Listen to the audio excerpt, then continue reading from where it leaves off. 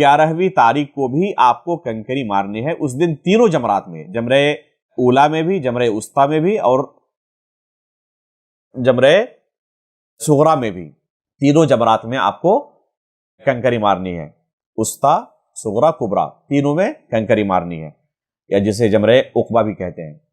तीनों जमरात में उस दिन कंकरी मारनी है और जवाल के बाद मारनी है, 11वीं तारीख को, 12वीं तारीख को, और अगर कोई 13वीं तारीख को भी मारना चाहे तो 13वीं तारीख को भी जवाल के बाद ही वो कंकरी मार सकता है। अलबत्ता 10वीं तारीख को वो जवाल से पहले कंकरी मार सकता है, इसमें कोई हर्ज नहीं है। इस तरह वो 10वीं तारीख को, 11वीं तारीख को और 12वीं तारीख को कंकरी मारेगा। जो रात है, रात भी वो मिना के अंदर ही गुजारेगा, इसे मबीत मिना कहते हैं। और ये मिना के अंदर रात गुजारना वाजिबात हज में से है। अगर कोई शख्स रात ना गुजारे तो उस पर दम वाजिब हो जाएगा। कितना हिस्सा रात का गुजारना है? तो रात का अक्सर हिस्सा गुजारना है। मसलन अगर मगरिब की अजान से लेकर फजर की अजान तक कुल 10 घंटे हो रहे हैं रात के, तो 5 घंटे से ज्यादा का वक्त आपको मिना के अंदर गुजारना है रात का।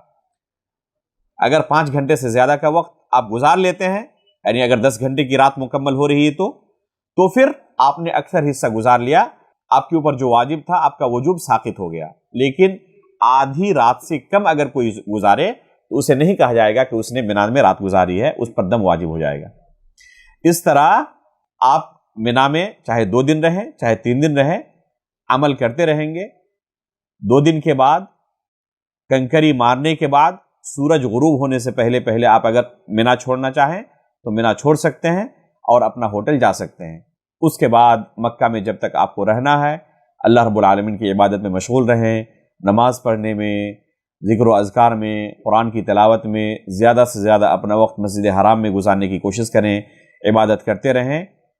नफली तवाफ़ करना चाहें तो नफली तवाफ़ भी कर सकते हैं, अलबत्ता नफली तवाफ़ करते वक्त सही नहीं है, सिर्फ तवाफ़ है, और उसके लिए इहराम का लिबास पहनना ज़रूरी नहीं है। आम लिबास में, सादे लिबास में आप तवाफ़ कर सकते हैं। तो इस तरह आप अपने औकात को मशगूल रखें अल्लाह रब्बुल आलमीन की इबादत में, यहाँ तक कि मक्का छोड़ने का वक्त आपका करीब आ जाए।